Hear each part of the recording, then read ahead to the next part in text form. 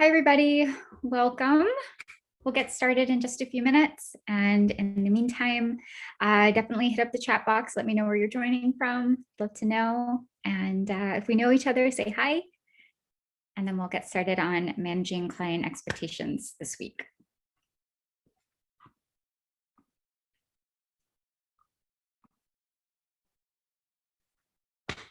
Hey, guys. Alex, Katerina, Kaylin, welcome.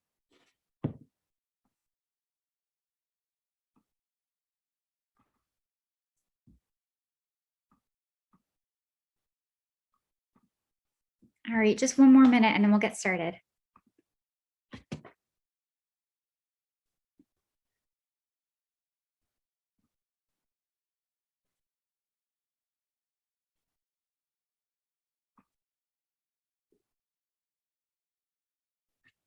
Hi, welcome.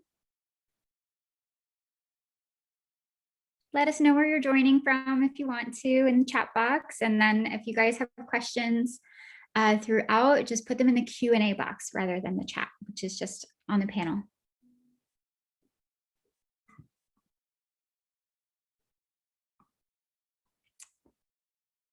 Like another 30 seconds and then we'll get started.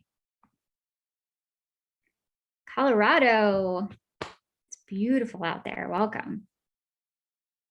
I'm on the East Coast. I'm in PA, so let's see, what time is it there? A couple hours, a few hours behind. Okay, all right, it's 3:31, so we will get started. Welcome, welcome everybody. Today we're going to be talking about managing client expectations. That's going to cover a whole host of things that we'll go over in a second. That's me. Do check out our social media page, especially our Instagram. That's where all the fun stuff really happens. We love to post in our stories your design work. So if you're posting your designs and your renderings, do be sure to tag us at _Foyr, and we will promote you in our stories. So check us out. Say hi. Alrighty, next. Let's go. Oh, sorry, I clicked on the Instagram. There we go. Okay, so the 4 takeaways from this webinar are: number 1, we're going to go over tools to guide goal setting conversations. And before we even get to that, we're going to talk about creating an ICP, which is an ideal client profile. Then we're going to be going over setting clear expectations of services, how to manage client revisions. I will be able to give you guys some input of mistakes I've made, and hopefully you can learn from my mistakes and not make them yourself. And then lastly, we'll go over setting clear expectations of sourcing lead times within the scope of the project completion goal. Okay, so first, before we get started with any documentation, anything like that, number 1 is that managing clients begins first with being selective about who that client even is, right?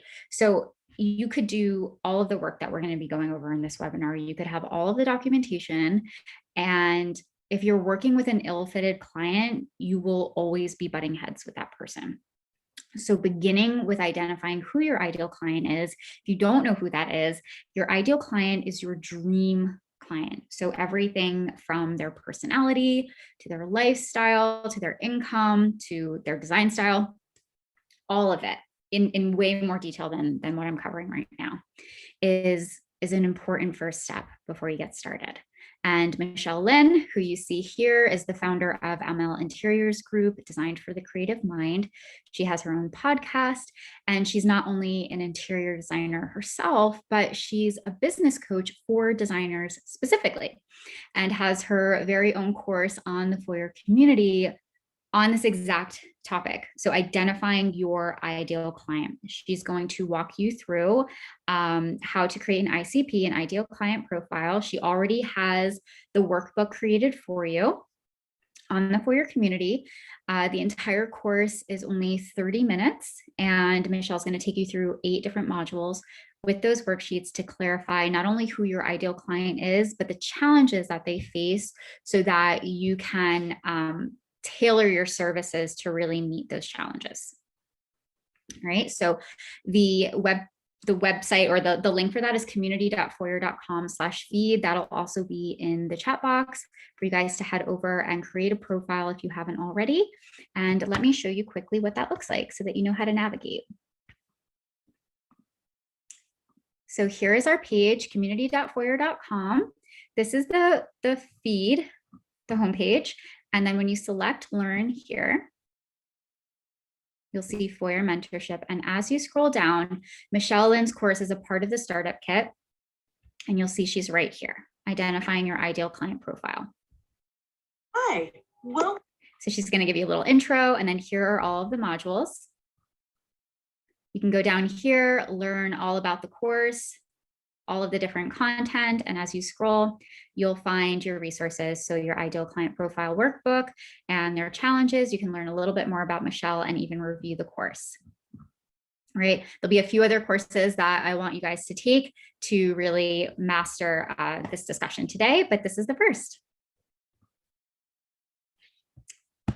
Alrighty. So once you have your ICP completed, the next thing that you're going to do is create a client profile. Lord have mercy, I'm having so many issues with this slide today. Give me one moment.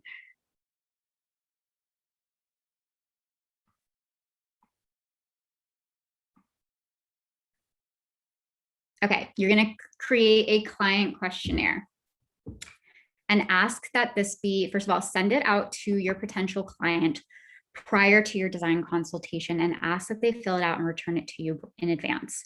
This is important for a number of different reasons. Number one, it's going to make the design consultation itself more valuable. You're going to be spending that time. You already have conversation starters. Number one, you're going to be spending that time clarifying that information, adding detail to that information. And also, you might uncover through the questionnaire that this person that wants to work with you is not someone that you want to work with, right? They may not be an ideal client. And now that you're very sure of who that ideal client is and what they look like, you might learn through this questionnaire that this person isn't it. And that's going to save you a lot of time. And it's also going to create a situation where now you need to have a conversation to say, hey, quote unquote, I don't want a second date, right? This is great, but this isn't going to work out. So that's where the Foyr community comes in handy again. On the Foyr community, you're connecting with other designers globally who offer different services, have different specialties. I myself have made a number of different friends in the design community through the Foyr community. And now I have this network where I can make referrals.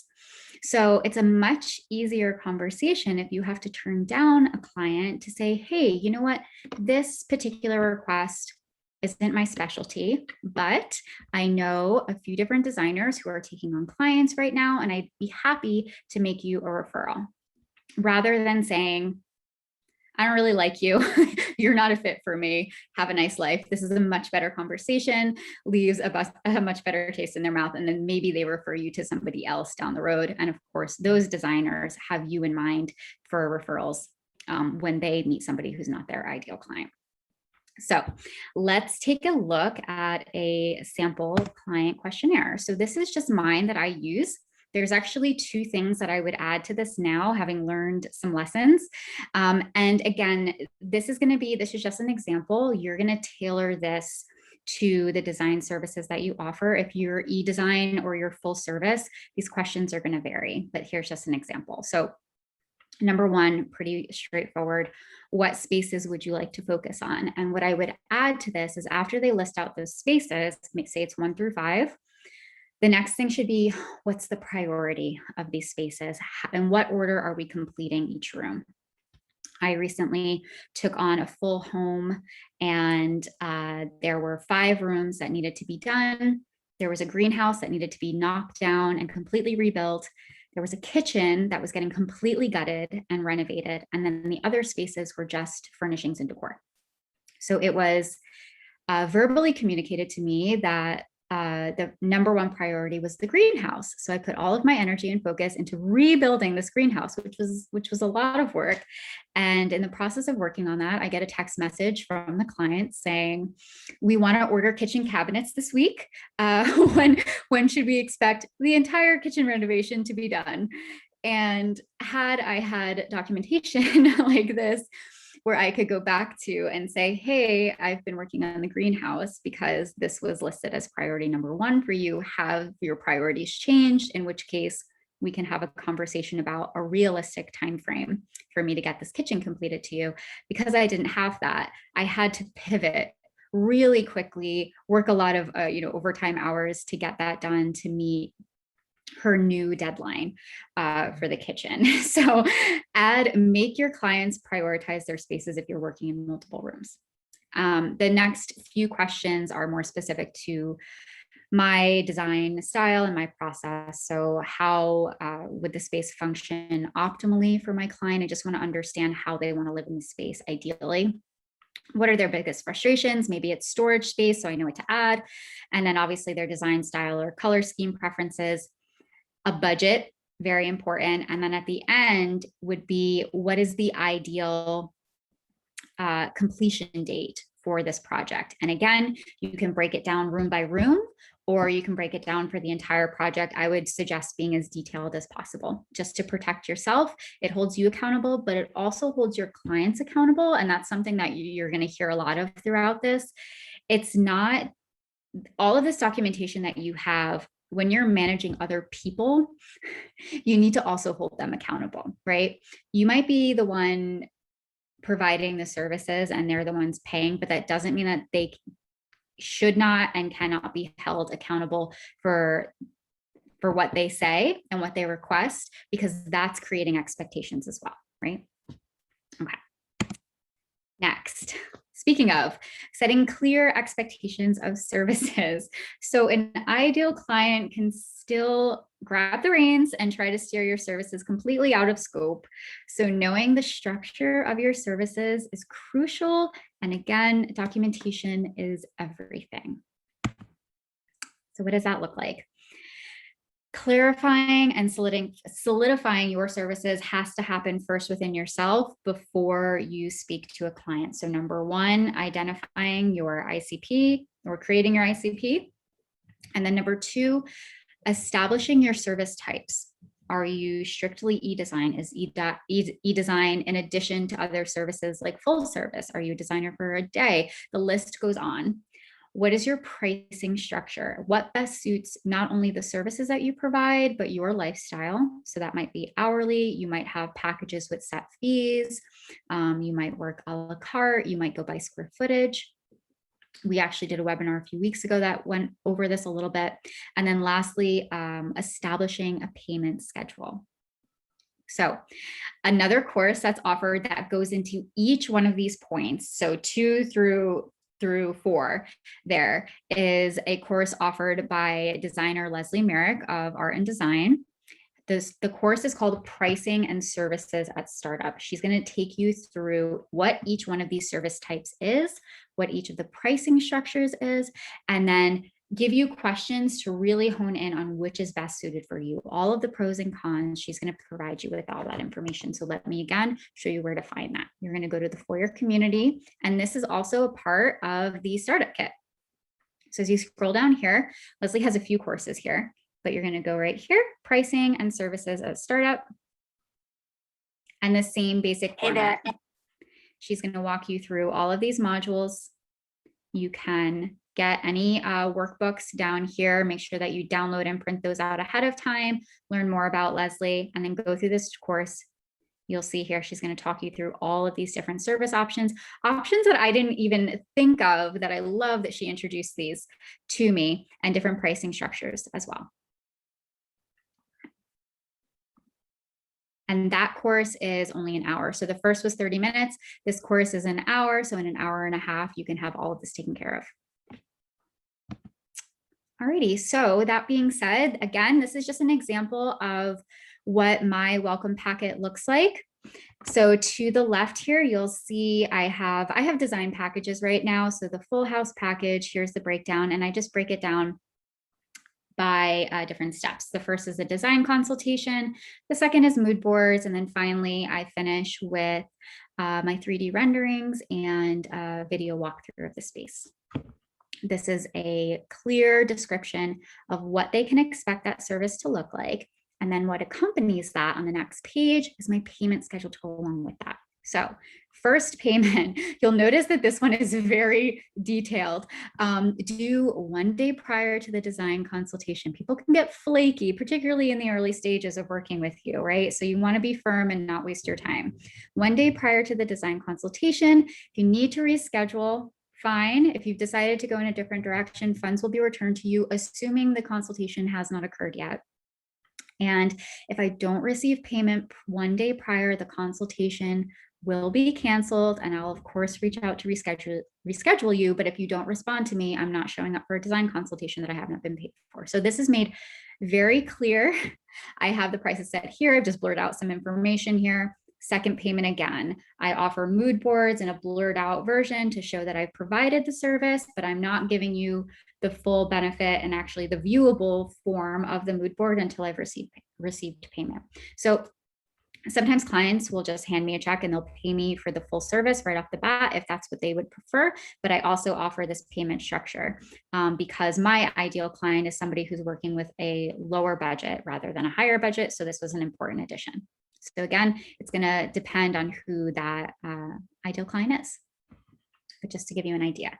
And again, this is something that people have to sign off on. It's sent to them prior to our design consult. So if they have any questions, they can clarify ahead of time. And I do require signatures on all of this so that I can hold them and myself accountable. Alrighty, one thing I didn't think of off the bat in my welcome packet is revisions and how to manage that. This is a really important one, guys, because for a lot of reasons. First of all, they're a normal part of the process. I don't think any designer is going to work with somebody who the moment they see the first edit of a project loves every single thing and doesn't have any questions or any changes they want to make, right?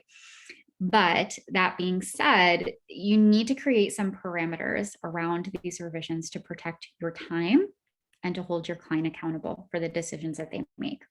So, number one, clearly define what constitutes a revision. Put this in writing. This might include structural changes. This might include space planning changes.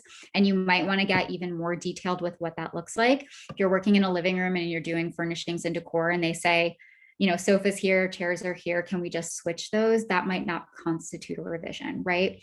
But if you're doing a full kitchen renovation and they say, rather than an L-shaped kitchen, I want to see it as a U-shaped kitchen, well, that's a ton of work, right?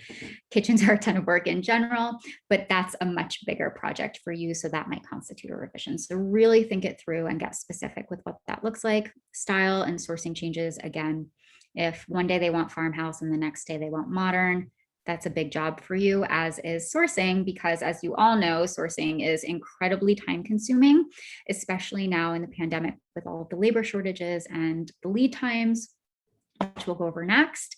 So really think that through and clearly define what a revision constitutes. And then also define what's covered under the original payment. So this might be a change to paint color, which is really easy to change in Foyr Neo, or a change of upholstery within the existing furnishings, which again, you can just upload a custom texture in Foyr and then drag and drop it to the furniture piece. Set a price on these revisions, put it in writing. For me, I have one revision included with the cost of the project, and then all additional revisions are an additional cost, which is written out and people are made aware of that prior. Document this, get signatures, and make copies, because I guarantee you if you don't do it, they're going to try and get out of making payments, assuming that it was included, this, that, or the other. I've had a client recently who has a new idea for her space every single day. And I learned my lesson the hard way. When I first started working with her months ago, I did not have additional revisions priced out. And I paid dearly in time and money for not having that thought out. So do make sure that you include this in your contract or your welcome packet, whatever you want to call it. Okay, so last slide before we get into questions is setting clear expectations of sourcing lead times. Like I said, especially now in the pandemic, lead times can be severe. And this is something that we're aware of as designers, but I'm finding clients are not aware of this. They don't recognize that it could take literal months to receive a sofa. So number one, recognize that your clients may not know this. And then also do your due diligence. Where you source from matters. So in the client questionnaire to begin with, we've already established a completion date, an ideal completion date. We've established a budget. And we've also established a design style or preference, right? So all of that is going to steer where we source from. Once you have an idea of the sites or the companies that you're sourcing from, first check out what those lead times are. And then immediately, very early on in the process, communicate that with your client. I would also add a disclaimer to your contract that says that lead times or sourcing lead times may impact the completion date so that you protect yourself. Once you've had this conversation, so let's say, we've set our completion date and our budget. You check out the sites that you would use typically to source for this type of project, and the lead times are several months out. You communicate with this with your client.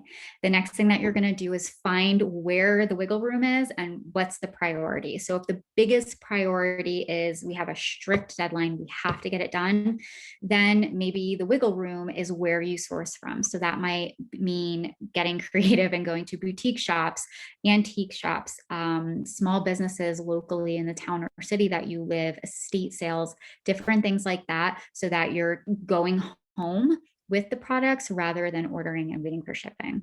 Also keep in mind that the shipment date from companies does not reflect the delivery date because there are severe labor shortages, particularly with FedEx right now, and that is compounding the shipment time. So it's delayed on both ends. So you need to know about that in advance and get creative with how you source your products.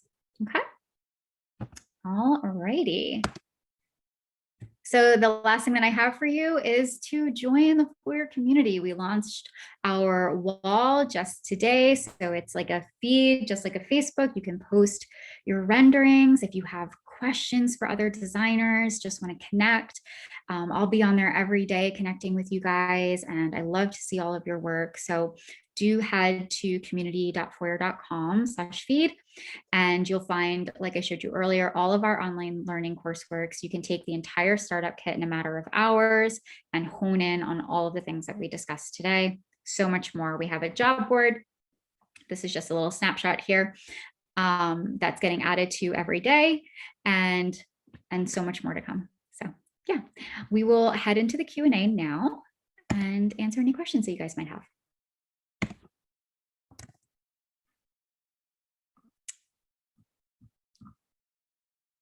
Hey, all right, awesome. You guys got that. Kayla, where can we find this questionnaire? Oh, so the client questionnaire that I have here, this is actually mine from my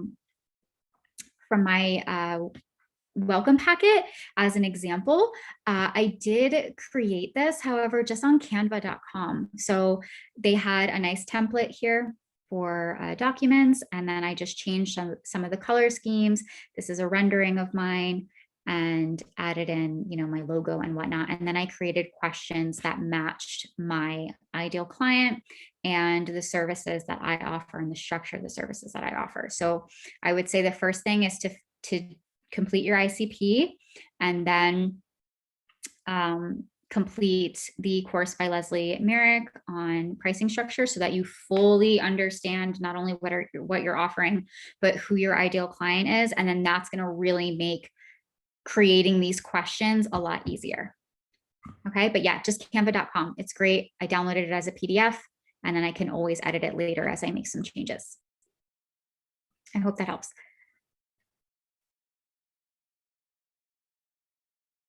Alrighty, Alma, I hope I'm, or Alma, I hope I'm pronouncing that correctly. Do you still charge the client if they cancel the consultation in less than 24 hours? No, so if I don't, if they cancel within, honestly, if they were to cancel within the hour. You know, if I'm not traveling more, certainly not more than an hour, I work really locally. If it were any kind of like if there were a lot of travel involved, I would probably just recommend doing a virtual, something like that for a design consult. But no, if they give me at least an hour heads up, I will either refund their money and reschedule with them. That's really a matter of preference for you. It's also a matter of how far you have to travel and how much it interrupts your day. So just think about that. But yeah, we don't need to be that strict. Okay, let me check the Q&A here.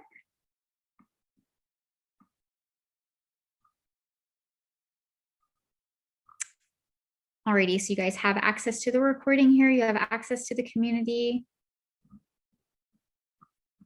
Okay, well, any other questions that pop up, do let me know. I hope this was helpful for you guys and clear.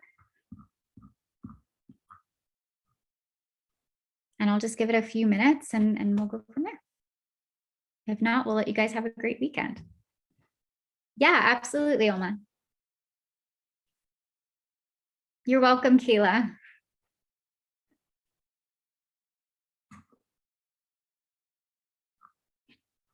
No worries, we've got time, so I'll wait for your question.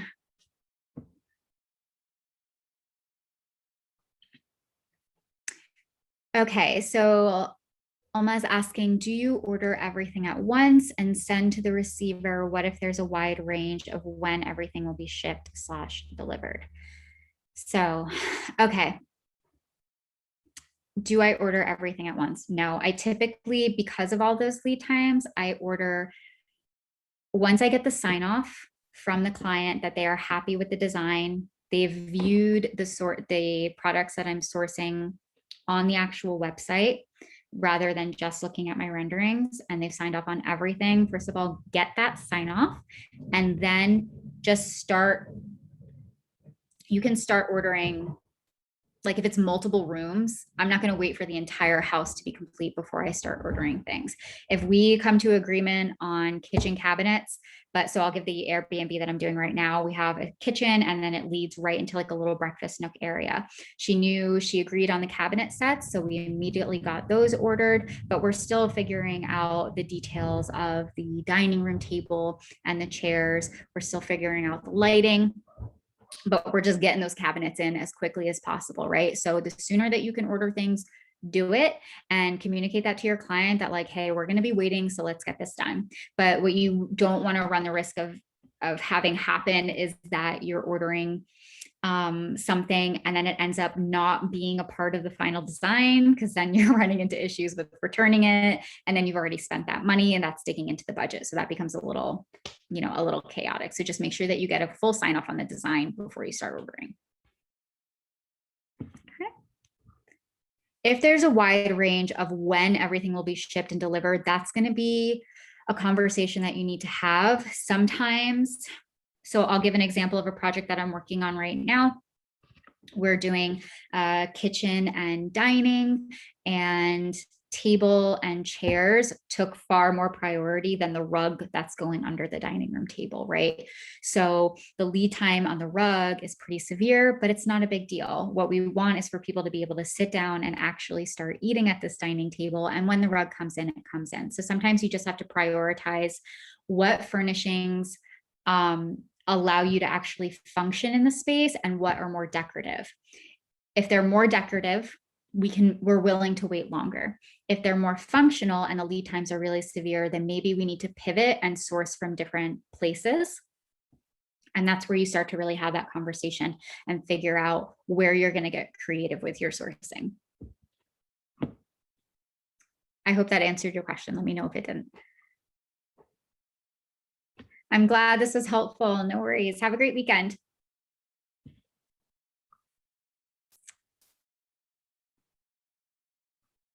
All righty.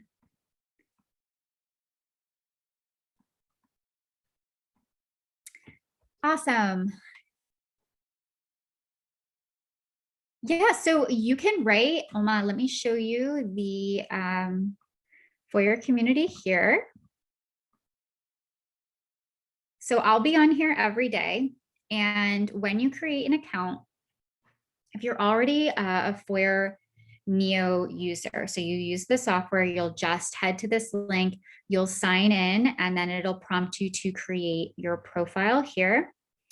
Let me put I have a little tutorial video, so let me put my email address in the chat box right now.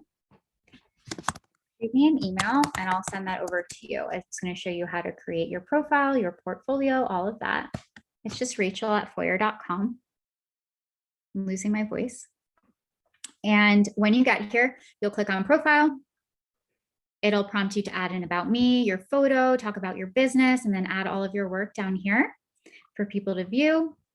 You can even create a portfolio, which is like a web page. So if you don't have a web page, or if you're paying for one and you don't want to pay for one anymore, you can create your portfolio, and that's a link for potential clients.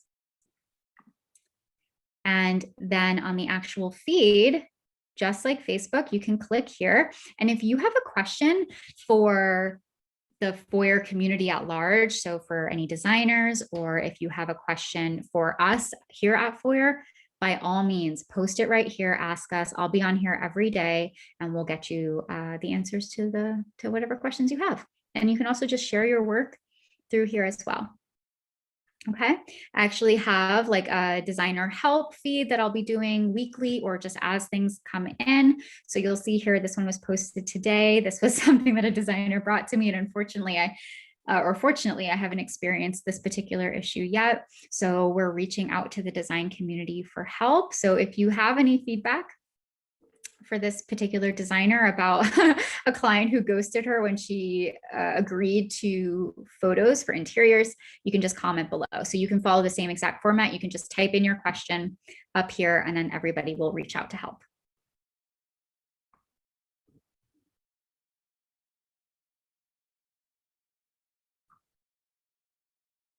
I'm so glad. Awesome. Well, I hope to see you on the community. Do say hi. I have my own account as well, so we can follow each other, and check us out on Instagram if you don't already, because we're always adding new stuff and all the new stuff that's going to be happening in the community, but also just on Instagram as well. You're welcome. Have a great weekend.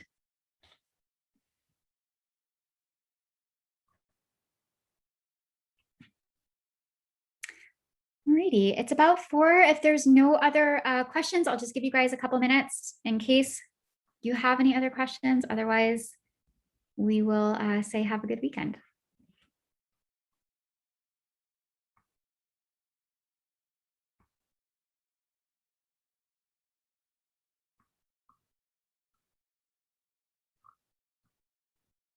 Yeah, and also just for those of you who are still here, if there's something that you want to see, maybe it's a webinar or maybe it's some kind of like documentation, like a template, like you were just asking for that client questionnaire template. If that's something that you guys want to see more of, or if there's specific topics you want to have covered in the webinar, definitely comment that on the feed here, because we'll see that and we'll very quickly work that into our schedule and address those needs so that you have those resources available to you. That's really what this community is for. So let us know what you need and we'll get to work on it. Alrighty. I think that looks like just about it for you guys. So thank you so much for joining. We'll see you guys next week and have a great weekend. Bye-bye.